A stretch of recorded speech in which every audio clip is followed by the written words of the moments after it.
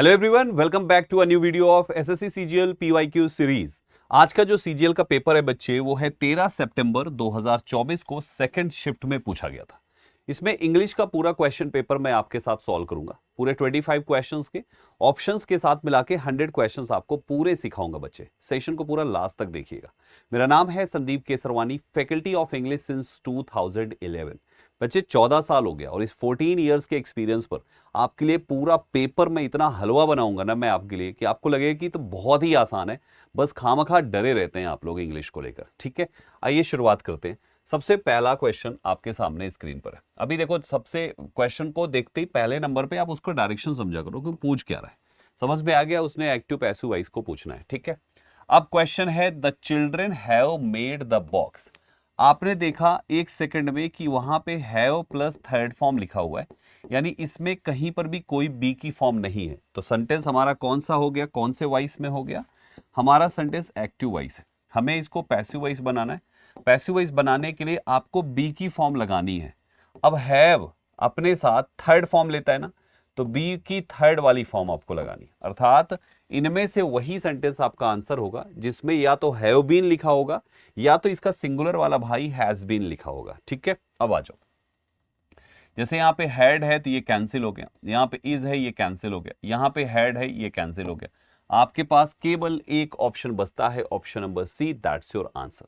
कितना आसान है, मतलब जब आप प्रैक्टिस इतना ज्यादा कर लो ना कि ये चीजें देखते ही एक सेकंड में आंसर होता है, एक सेकंड में आंसर होता है बच्चे वॉइस वगैरह के क्वेश्चंस।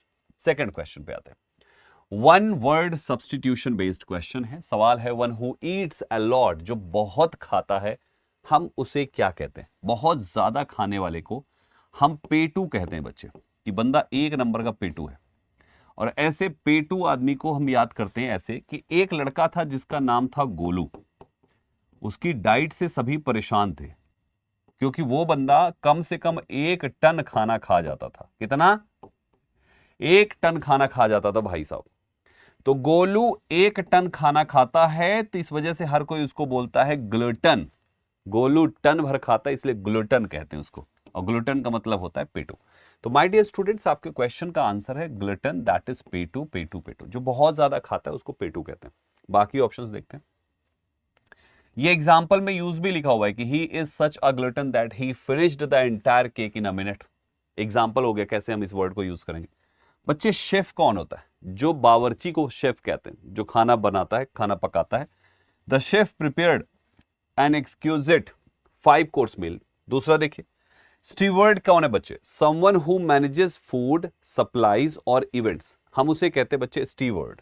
जैसे कि the steward ensured that all guests were well served, उसने इंश्योर किया कि सारे गेस्ट को प्रॉपर तरीके से सर्व किया जाए खाना। एंड शॉफर वो होता है जो पर्सनल गाड़ी का ड्राइवर होता है बच्चे। A person employed to drive a private car.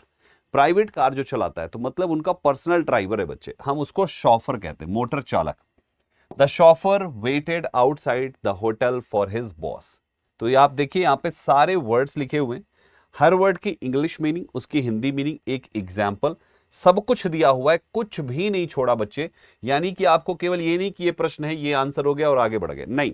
अब हम क्या कर रहे हैं आपके लिए कि भैया चारों ऑप्शंस आपको एक्सप्लेन कर रहे हैं, और केवल बोल के नहीं, लिख कर लाए हैं, ताकि जब आपके पास ये पीडीएफ अवेलेबल हो तो बच्चे आपको एक रत्ती एफर्ट बहुत ना लगाना पड़े, रिवीजन के लिए परेशान ना होना पड़े। बस उठाओ, पढ़ो और याद कर लो, है ना। सेकेंड पे आ जाओ। सेलिब्रेट का उसने क्या मांगा है बच्चे? सिनोनिम। बताइए सेलिब्रेट का सिनोनिम क्या होना चाहिए? अब 4 ऑप्शंस है, एश्योर, रिजॉइस, डोंट और बिच। अब देखिए, सेलिब्रेट का मतलब होता है कोई चीज, जैसे आपका सिलेक्शन हो गया तो आप क्या करते हो कि भैया हमारा सिलेक्शन हो गया, अब चलो आज सेलिब्रेट करेंगे। घर में बढ़िया से केक मंगाते हो, कोल्ड ड्रिंक की बोतल खुलती है, बढ़िया से कोल्ड ड्रिंक पीते हो, केक खाते हो, है ना। तो सेलिब्रेट का सिमिलर चाहिए, कुछ वैसा ही चाहिए। एश्योर सुनिश्चित करना, रिजॉइस मतलब आनंद बनाना, और सेलिब्रेशन में क्या करते हो आप? आनंद ही तो बनाते हो। तो इसका मतलब जो ये आपका रिजॉइस है, that will be your answer. ठीक है, टू फील और शो ग्रेट जॉय और हैप्पीनेस, और सेलिब्रेशन हमेशा इसी फीलिंग से होता है। The whole team rejoiced after the big win. बाकी ऑप्शंस देखिए, एश्योर मींस होता है कोई चीज को सुनिश्चित करना, कि हम आपको एश्योर करते हैं ऐसा हम करेंगे आपके लिए, है ना। जैसे हम आपको एश्योर करते भैया कि हम आपको एडिटोरियल भी पढ़ाएंगे, एडिटोरियल का शो हम आपके लिए लेकर आएंगे। To make someone feel confident और सर्टेन, भरोसा दिलाना, जैसे I assured her that everything would be fine. अगला वर्ड है डोंट, DAUNT, टू डिस्करेज और इंटीमिडेट, किसी को डिस्करेज कर देना या इंटीमिडेट करना। इंटीमिडेट मीन्स होता है धमकाना। अगर आप किसी को धमकाते हो या उसकी हिम्मत तोड़ते हो तो वो हतोत्साहित हो जाता है। तो डोंट मतलब हो गया किसी को हतोत्साहित करना। जैसे the long journey did not don't the climbers, climbers को हतोत्साहित नहीं करती, वो चढ़ते रहते हैं। और बिच कहते हैं एक फीमेल डॉग को बच्चे, बिच जो होती है वो फीमेल डॉग होती है, ठीक है। जैसे कि the bitch guarded her puppies fiercely. हो गए सारे ऑप्शंस बढ़िया तरीके से with example. Next question fill in the blank का है बच्चे, होमोफोन आपको बताना है, ऐसा वहां पे लिखा हुआ है, select the most appropriate homophone, है ना। किसका होमोफोन बताना है। The dash was decorated with candles and chocolates everywhere. अच्छा ये बताना है इसमें से। फ्लोर फ्लोर फ्लोर फ्लोर, बच्चे पहले तो ये कोई वर्ड नहीं होता। फ्लावर से, the flower was decorated, flower को थोड़ी डेकोरेट करोगे, फ्लावर से चीजें डेकोरेट होती है। आप फ्लोर को डेकोरेट करोगे, कैंडल्स, जमीन में कैंडल लगाओगे, चॉकलेट्स रखोगे सब जगहों पे और आप सजाओगे, है ना। आप आटे से नहीं डेकोरेट करोगे, आप फ्लोर डेकोरेट करोगे। तो आपका आंसर है FLOOR। फ्लोर मतलब वो फर्श होता है, जो आपके घर में फर्श होती है ना, फर्श, उसको हम कहते हैं, रूम वगैरह की जो फर्श होती है, हॉल में जो फर्श होती है, तो द फ्लैट सरफेस को हम फ्लोर कहते हैं। The kids were playing on the floor with toys. बाकी एग्जांपल्स देखो, FLOR जैसा कोई वर्ड नहीं है, ये स्पेलिंग ही गलत है। FLOUR ये वर्ड का मतलब है आटा, आटा आप अच्छे से जानते हैं। She shifted the floor before baking. और अगला देखिए लास्ट है फ्लावर, फ्लावर मीन्स होता है फूल, that's very simple word. Next है अ पीरियड ऑफ 10 ईयर्स को क्या कहते हैं। वन वर्ड सब्स्टिट्यूशन है बच्चे, 10 साल के पीरियड को क्या कहा जाता है। 10 साल के पीरियड को हिंदी में दशक कहते हैं। क्या कहते हैं बच्चे, दशक। सेंचुरी शताब्दी होता है, तो शताब्दी के लिए दशक तो आएगा नहीं। फिर आपके पास यहां पर है बाय एनियम, देखिए यहां पर बाय शब्द लिखा हुआ है, बाय का मतलब होता है बच्चे तो हमें दशक चाहिए, तो एक ही वर्ड बचता है, दैट इज डिकेड। डिकेड होता है पीरियड ऑफ 10 ईयर्स, 10 साल का एक काल जो होता है उसको बोला जाता है। The first decade of the 21st century saw major technological changes, एक एग्जांपल हुआ। बायएनियम होता है अ पीरियड ऑफ 2 ईयर्स, 2 साल के पीरियड को कहते हैं। The budget was planned for a biennium. आगे देखो, लस्ट्रम क्या है, अ पीरियड ऑफ 5 ईयर्स, 5 साल के पीरियड को लस्ट्रम कहा जाता है बच्चे। The celebration marked the end of a lustrum. और तीसरा है सेंचुरी, 100 साल को कहते हैं। She lived for more than a century. तो बच्चे जैसे होता नहीं, क्रिकेटर सेंचुरी बनाते, 100 रन बनाते तो सेंचुरी बना लिया उन्होंने, सेलिब्रेशन शुरू हो जाता है। तो ये है बाकी ऑप्शंस और क्वेश्चन का आंसर है आपका डिकेड। नेक्स्ट पे आते हैं। वन वर्ड सब्स्टिट्यूशन है a large flat area surrounded by seats used for sports और एंटरटेनमेंट। आपने देखा होगा सराउंडेड बाय सीट्स मतलब चारों तरफ से घिरा होता है, बहुत सारी सीट्स रखी होती हैं, यहाँ पे लोग आते हैं बैठते हैं, है ना। और ये यूज किया जाता है स्पोर्ट्स और एंटरटेनमेंट के लिए। और स्पोर्ट्स एंटरटेनमेंट का जो परफॉर्मर होते हैं वो बीच में परफॉर्म कर रहे हैं। अब ये डिपार्टमेंट गार्डन सीनेट एरिना कौन सा है, अखाड़ा कहते हैं इसको हिंदी में, दैट इज योर एरिना। हम इसे क्या बोलेंगे, arena. A place for sports और पब्लिक इवेंट्स, हिंदी में इसको अखाड़ा कहते हैं। समझ में आया। डिपार्टमेंट नहीं होगा, एग्जाम्पल यहां पे लिखा हुआ है। डिपार्टमेंट का मतलब है एक डिवीजन ऑफ एन ऑर्गेनाइजेशन और गवर्नमेंट। आप जानते होंगे डिपार्टमेंट, ये इस डिपार्टमेंट उस डिपार्टमेंट। गार्डन है बच्चे बगीचा, और सीनेट का मतलब होता है राज्यसभा, यानी the upper house of a legislature. तो ये सारे ऑप्शंस हो गए, सबके एग्जांपल्स हैं। The senate approved the new law study, और गार्डन के लिए जैसे कि he has a beautiful garden behind the house. और तीसरा डिपार्टमेंट की she works in the sales department, सभी के एग्जांपल हो गए। एरिना के लिए जैसे the players enter the arena to loud cheers. चलो आगे बढ़ते हैं। Next question, select the option that has an error. आपको एरर खोज के देनी है। सवाल है I have the 100 reasons to not attend the meeting tomorrow. क्या बात है, आई हैव द 100 रीजंस, मेरे पास सैकड़ों कारण है टू नॉट अटेंड। आपको लिखना है not to attend generally. I have the 100 reasons, पहले ध्यान से समझिएगा। पहली बात तो ये है, एक तो एरर यहां पे है टू नॉट अटेंड। आपका कॉन्सेप्ट ये है एक पॉइंट कि आपको 2 + V1 के बीच में, आप बीच में कोई शब्द अगर लगाते हैं तो इसको कहते हैं स्प्लिट इंफिनिटिव हो गया। ये स्प्लिट इन्फिनिटिव हो गया और स्प्लिट इन्फिनिटिव गलत माना जाता है दोस्तों। तो स्प्लिट इन्फिनिटिव नहीं करते, मतलब अगर यहां पे नॉट लगाना है तो यहां पे ना लगाइए, आप यहां पे नॉट लगाइए।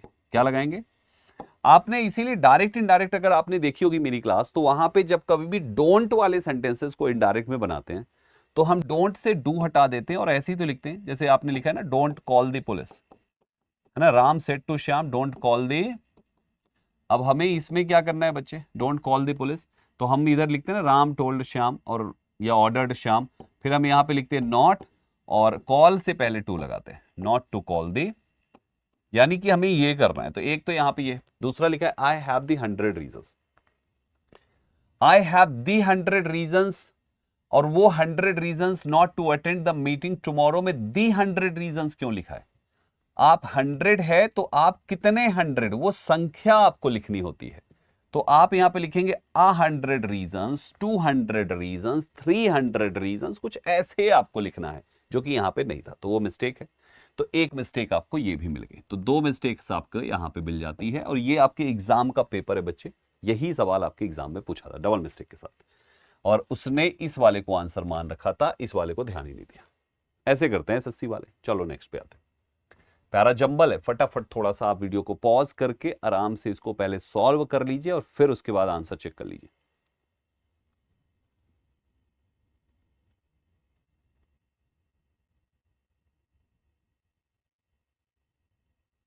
आई होप आपने कर लिया होगा, ठीक है। अब आपका क्वेश्चन क्या है? जंबल्ड क्या कहता है कि when we connect this design with a wire electricity flows, these metal strips were put in a sulfuric acid solution. He made 2 strips of different metals and Alessandro Volta discovered electric battery. तो introductory कौन लग रहा है? कौन सा लग रहा है? एक ही ऑप्शन तो इंट्रोडक्टरी है, that is your option number. अब यही है, इसने ये नाम है, इसने डिस्कवर किया इलेक्ट्रिक बैटरी, और इसी के बाद से सारी कहानी है। तो डी आपका फर्स्ट हो गया। फिर सेकंड नंबर पे उसने बनाया 2 स्ट्रिप्स ऑफ डिफरेंट मेटल्स की। ये जो मेटल हैं, दीज मेटल स्ट्रिप्स जो हैं वो ये हुए, और उसके बाद व्हेन वी कनेक्ट इनको, तो उसके ये यूजेस होते हैं। तो आपका ये बिल्कुल उल्टा था। पहला पार्ट यहां से शुरू होता है और चारों ऑप्शंस में डी केवल एक जगह पर है, केवल एक जगह पे डी है ना, बाकी किसी में भी डी फर्स्ट नहीं है। बस सारे एलिमिनेट हो गए, एक ऑप्शन करेक्ट। नेक्स्ट क्वेश्चन है, ईडियम बताना है बच्चे। All his friends admired him because he was a straight shooter, क्योंकि वो एक स्ट्रेट शूटर था, इस वजह से all his friends admired him. अब देखो क्या होना चाहिए, पहला लिखा हुआ है a thoroughly upright straightforward person, दूसरा लिखा हुआ है माइजरली एंड पेसिमिस्टिक इंडिविजुअल्स, तीसरा है कॉम्प्लिकेटेड एंड कंफ्यूजिंग पर्सन। आप ध्यान से देखना दोस्त, प्रशंसा कर रहे हैं भाई, तो इंसान के अंदर अच्छी क्वालिटी होगी तभी तो प्रशंसित होगा वो।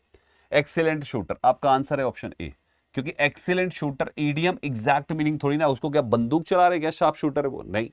एक thoroughly upright straightforward person है वो, एक थॉरोली अपराइट मींस होता है ऑनेस्ट, स्ट्रेट फॉरवर्ड पर्सन वो है, इस वजह से all his friends admired him.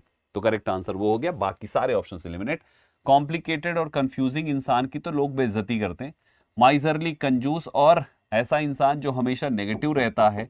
Pessimistic होता है निराशावादी, हमेशा नेगेटिव चीजों को देखे, वो उसको कहते हैं। तो ये भी नहीं हो सकता नेगेटिव है, ये भी नेगेटिव नहीं हो सकता, और कोई शूट थोड़ी कर रहा है। अगला फिर से आपके सामने अरेंजमेंट आ गया दोस्तों। The upper part of the river continues rain on week there had been during the previous. Come on everyone, video को पॉज करके आराम से इसको सॉल्व करिए और प्ले करके आंसर चेक कर लीजिए।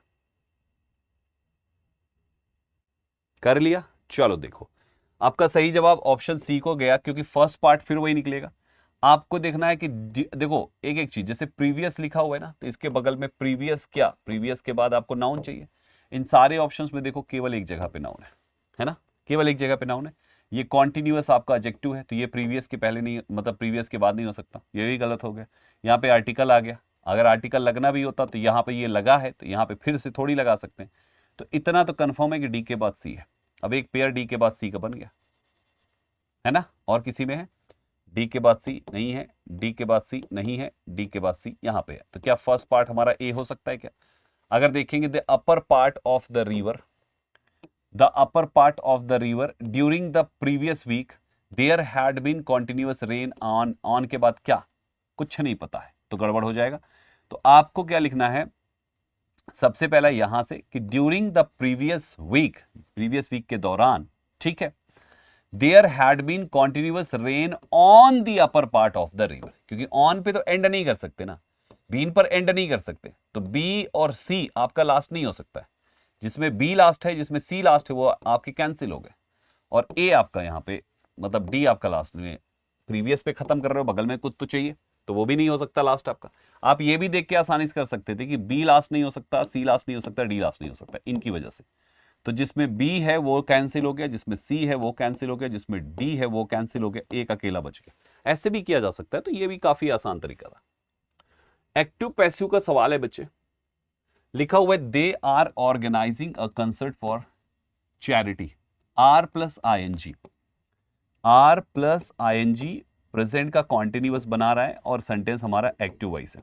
पैसिव में क्या बनाओगे आप, यही आप आर लिखोगे या तो इज एम लिखोगे, जो आईएनजी है उसको बी को, वो वाली फॉर्म बी को चली जाएगी और अपनी आईएनजी बन जाएगी थर्ड। ये चाहिए अपने को पैसिव वॉइस में, राइट। इज बीइंग ऑर्गेनाइज्ड हो सकता है, आर यहां पे बीइंग मिसिंग है, यहां पे बीइंग मिसिंग है, बीइंग ऑर्गेनाइज्ड हो सकता है, यानी या तो आंसर आपका ये है या तो आंसर ये है। लेकिन जिससे शुरू है उसी से नहीं शुरू हो सकता आपका दूसरा वाला वॉइस, इसका मतलब ये भी कैंसिल होता है। तो आपका आंसर केवल एक ऑप्शन की तरफ जाता है, दैट इज ऑप्शन ए। ऐसे किया करो, एलिमिनेशन से कभी मिस्टेक नहीं होगी। आई वॉज हैप्पी क्या बताना है भैया, एंटोनिम बताना। अच्छा, हैप्पी तो आप जानते हो बच्चे, हैप्पी का मतलब खुश, इसका उल्टा क्या हो जाएगा, दुखी। दुखी के लिए एक ही ऑप्शन है, दैट इज सैड, मतलब दुखी हो गया, he looked sad after hearing the bad news. Okay, upbeat होता है चीयरफुल एंड ऑप्टिमिस्टिक, हमें तो अपोजिट चाहिए, सिनोनिम नहीं चाहिए, तो ये कैंसिल हो जाएगा। एग्जाम्पल है एक्साइटेड, मतलब बहुत ही उत्साहित, कहते हैं बहुत एक्साइटेड लग रहे हो यार, तो एक उत्साहित होना बहुत ही ज्यादा, feeling very happy. And joyful भी हैप्पी है, तो ये तीनों तो चारों वर्ड आपके सिमिलर हो गए, केवल सैड आपका अपोजिट था, है ना, ध्यान से करिएगा। The wedding was put on until January, जनवरी तक जो वेडिंग है वो पुट ऑन हो गई, मतलब क्या लग रही है आपको, पुट ऑन का मतलब क्या है, पोस्टपोन्ड, क्योंकि जनवरी तक क्या लगता है, पोस्टपोन्ड ही मीनिंग आ रहा है सेंटेंस के हिसाब से, बस यही खेल खेल जो। पोस्टपोन्ड के लिए कौन सा करेक्ट फ्रेजल वर्ब, मतलब मैं ये नहीं कह रहा कि पुट ऑन का मतलब पोस्टपोन्ड होता है, मैं कह रहा हूं कि यहां पे पोस्टपोन्ड का सेंस आ रहा है इस जगह पर, तो पुट ऑन होगा या बाकी कोई और फ्रेजल वर्ब होगा वो आपको देखना है। पोस्टपोन्ड के लिए ऑन, ऑन तो ऑन होता है, वेडिंग तो ऑफ हो गई, तो आपको लिखना है put off. Put off means होता है पोस्टपोन्ड हो जाना या तो डिले कर देना, कोई चीज का टाल देना बच्चे, that is put off. The meeting was put off due to rain, ठीक है। दूसरा एग्जाम्पल देखो, पुट इन का मतलब है जमा करना, टू सबमिट और इन्वेस्ट करना, है ना, जैसे she put in an application for this job. दूसरा देखो, पुट अप मींस होता है टू प्रोवाइड एकोमोडेशन और शो रेजिस्टेंस, रुकवाना किसी को, है ना, या तो रेजिस्टेंस शो करना, विरोध करना, जैसे we can put you up for the night, हम आपको आज रात के लिए रुकवा सकते हैं, और वहां पे पुट ऑन हो गया, ठीक है। अगला देखो यहाँ पे पुट डाउन लिखा हुआ है, पुट डाउन का मतलब है टू इंसल्ट और राइट समथिंग, बेइज्जत करना किसी को या लिखना कोई चीज, जैसे he always tries to put others down, put down, down side, put down, pen को पुट करो डाउन, यानी कि लिखो कोई चीज को, ठीक है, ये हो गया बच्चे। नेक्स्ट क्वेश्चन, एंटोनिम बताना है फेल्ड का। फेल्ड का उल्टा पास्ड होता है, पास्ड दिया, ये इतना आसान सवाल, देखो वही सेंस है कि नहीं, शीला फेल्ड ऑल हर क्लासेस, हाँ तो पास्ड हो जाएगा, तो आपका आंसर है पास्ड बच्चे, उत्तीर्ण हो जाना, he passed the final exam with good marks, lovely. Fizzled means होता है एंडेड वीकली और फेल्ड ग्रेजुअली, धीरे धीरे कोई चीज खत्म हो, फेल हो। The protest fizzled out due to lack of support, lack of support की वजह से प्रोटेस्ट गिरता चला गया, है ना। फ्लॉप मतलब फ्लॉप्ड हो जाना, फ्लॉप हो जाता है ना, कहते पूरी तरीके से फ्लॉप हो गई, मूवी फ्लॉप हो गई पूरी। एंड फ्लंक्ड होता है फेल्ड इन अ टेस्ट और कोर्स, किसी टेस्ट या कोर्स में फेल होने को कहते हैं फ्लंक, शी फ्लंक्ड हर मैथ एग्जाम, ठीक है। तो ये बाकी के एग्जांपल्स हो गए बच्चे। अपोजिट बताना है, एंटोनिम बताना है, आई थिंक ये हिट का ही होगा, राइट। एंटोनिम बताना है, शी डैश द टारगेट यानी she hit the target by an inch and lost the gold medal. तो आपको हिट का अपोजिट बताना है, हिट है ना। चलो बताओ, cleaned, missed, based, touched. Target को हिट किया, हिट का उल्टा क्या हो जाएगा, टारगेट को मिस कर दिया।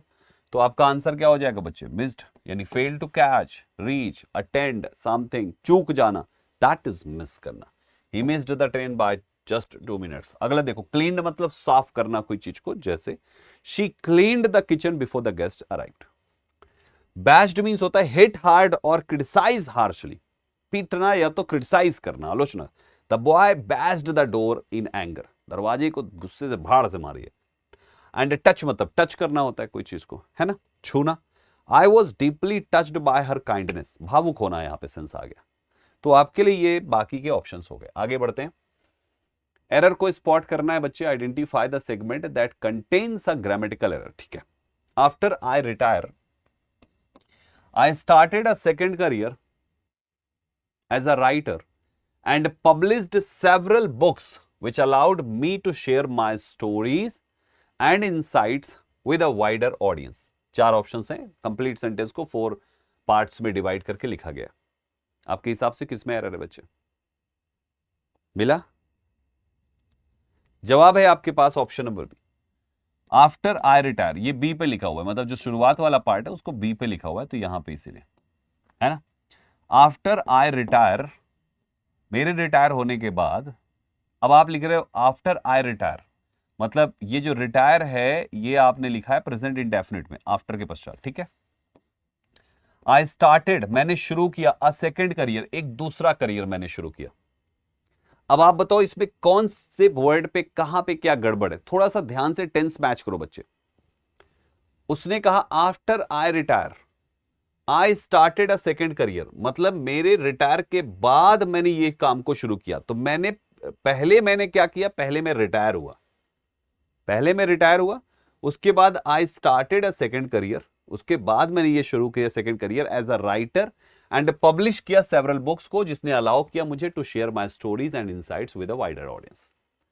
अब बच्चे अब एक चीज ध्यान से देखो, तो यहां पे 2 काम हुए। मैंने रिटायर होने के बाद ये सब किया, तो ये वाले जो काम है ये बाद में हुए, और इधर वाला जो काम हुआ रिटायर होना, ये काम पहले हुआ है। और आप ध्यान से देखिए, जब मैंने सेकंड करियर स्टार्ट किया पास्ट में, तो जो उससे पहले जो रिटायर होना है वो उस पास्ट के पहले हुआ है, यानी पास्ट के पहले, पास्ट के।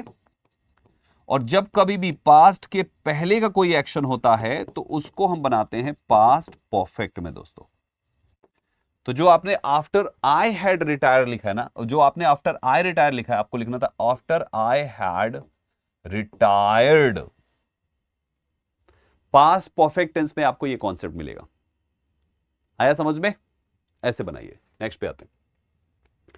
इनकरेक्टली स्पेल्ड वर्ड आपको चूज करना है, ऑकरेंस, हैरासमेंट, सुपरसीड, एग्जाजरेट। बहुत सिंपल सा वर्ड है।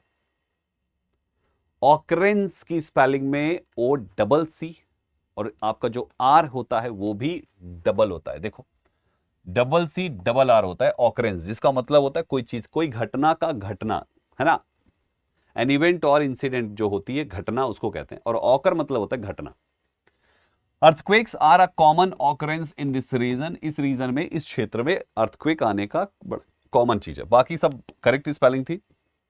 हैरासमेंट भी होता है परेशानी, जैसे she reported the harassment to her manager. दूसरा है सुपरसीड, मतलब है किसी का स्थान लेना, यानी टू रिप्लेस और टेक द प्लेस ऑफ, उसको हटाया, खुद बैठ गया।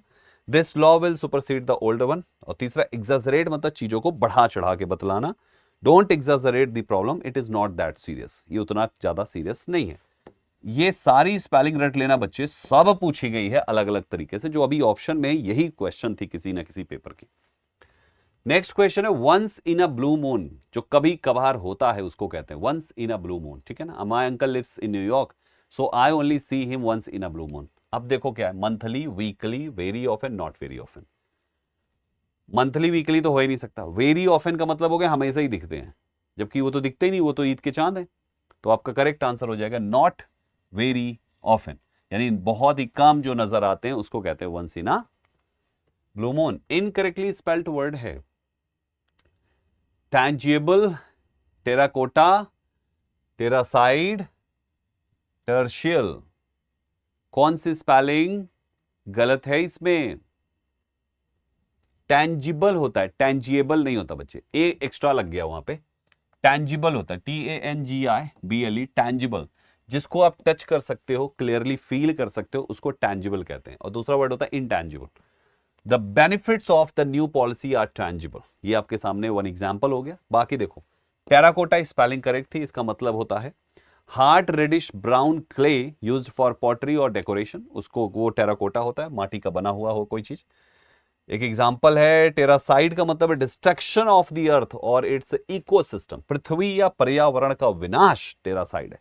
तो जब टेरा का मतलब अर्थ हो गया तो टेराकोटा उससे से रिलेटेड है, तो टेरासाइड, साइड मतलब हत्या हो गई, किलिंग हो गया। एंड टर्शियल मींस होता है group of flight feathers on a bird's wing, यानी पक्षियों के पंखों के पीछे के जो पंख होते हैं उसको कहते हैं आप टर्शियल। The birds टर्शियल feathers were beautiful. ठीक है, एक एग्जांपल हो गया। चलो आगे बढ़ते हैं। One of Ram's leisure activities is tennis. क्या होना चाहिए? लैंग्वेज, मेन, रिक्रिएशन या लीड? कौन सा इनमें से सही है दोस्तों? कौन सा सही है? लीजर का वैसे तो लीजर मींस होता है फुर्सत, जो आपका फ्री टाइम होता है। रिक्रिएशन हो जाएगा बच्चे, मनोरंजन कहते हैं। अब फुर्सत होगा तो आदमी मौज मस्ती में ही आता है। फ्री टाइम जब वो आदमी कुछ नहीं कर रहा तो मजे कर रहा है। हाँ, तो he enjoys reading books in his leisure time. और रिक्रिएशन का मतलब भी वही है, मनोरंजन आपका, तो ये उसके लिए सिमिलर हो जाएगा। लैंग्वेज होता है कोई चीज कमजोर होना, तड़पना, है ना, टू बिकम वीक, मुरझा जाना, उसे हम लैंग्वेज कहते हैं। मेन मुख्य होता है दोस्तों, अ लीड कहते हैं ना, ये लीड करेंगे, यानी यही आगे नेतृत्व करेंगे, तो ये लीड हो जाता है। चलो बाकी आते हैं क्लोज टेस्ट पे। बच्चे फटाफट यहां से पढ़ेंगे, बड़ा ही प्यारा क्लोज टेस्ट आपके सामने है, थोड़ी स्पीड में कर लेते हैं। Earthquake is the dash breaking and displacement of substantial portion of the earth's outer rocky crust. ठीक है, 4 ऑप्शन है। Abrupt, deliberate, expensive and innovative. Earthquake को आप breaking and displacement of substantial portion कह रहे हैं आप ना, तो ये तो पूरी तरीके से अब्रप्ट हो जाएगा। अब्रप्ट का मतलब होता है जो सडन और अनएक्सपेक्टेड होता है, तो earthquake is the abrupt breaking and displacement है। बाकी आपका डेलिबरेट है, जानबूझकर। एक्सपेंसिव मींस होता है बड़ा ही, एक्सपेंसिव नहीं है, महंगा वाला नहीं है, ये व्यापक कोई चीज है, उसको कहते हैं। और इनोवेटिव कुछ नया, नयापन, दैट इज इनोवेटिव होना। ठीक है, तो करेक्ट आंसर आपका। आगे आ जाइए, सेकंड है during an earthquake rock disturbance can cause rivers to change their flow.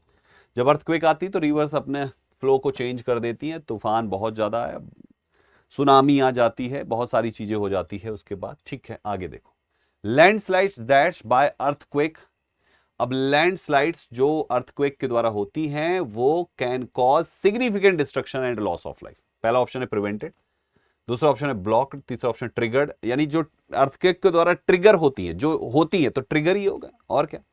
मतलब जो अर्थक्वेक के द्वारा होती है, है ना, ट्रिगर जो उन्हीं से शुरू होती है कि अर्थक्वेक आया तो लैंडस्लाइड। अरे जब पूरी धरती हिल जाएगी तो जो ढीला ढाला पत्थर है वो पलट आएगा पूरा, है ना, तो जो उससे ट्रिगर होती है। बाकी की मीनिंग भी लिखी हुई है, हटा दीजिएगा ऑप्शंस। फिर कहता है tsunamis. Tsunamis are a dash of damaging waves caused by large earthquakes that occur under the ocean. Tsunamis are a dash, are a arrest, a arrest नहीं हो सकता, ध्यान से देखिएगा, वो आ है। अरेस्ट के पहले एन होता है, इंटरप्शन के पहले एन होता है, सक्सेशन और डिसऑर्डर के साथ आपका आर्टिकल आ लगेगा। तो ये दो तो ऑप्शन ऐसे ही हट गए, अब बचे ये दो।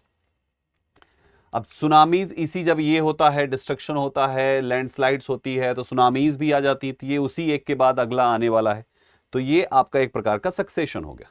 सक्सेशन का मतलब हो गया एक सीक्वेंस ऑफ सीरीज, किसी चीज की जब शुरू हो जाए कि इसके बाद आता चला गया, कुछ ना कुछ बवाल होता चला गया, है ना। डिसऑर्डर का मतलब है कोई चीज जो ऑर्डर में नहीं है, तो यहां पे कौन सी व्यवस्था सेट कराई जा रही है जो आप डिसऑर्डर सेट करेंगे, तो इसलिए वो हट जाएगा, और करेक्ट आंसर आपका सक्सेशन। आगे बढ़ेंगे बच्चे, इसके बाद कहता है कि अर्थक्वेक्स रेयरली डायरेक्टली किल एनीवन। ये डायरेक्टली किसी को नहीं मारती earthquake. Many dash and injuries, बहुत सारी क्या आती है, दिक्कतें ही आएगी और इंजरीज आएगी। आर कॉज्ड बाय फॉलिंग डेब्रिसेस, मलबा के गिरने से जो होता है, and the fall of destruction, structure और स्ट्रक्चर के गिरने से होता है और उससे जाने चली जाती है।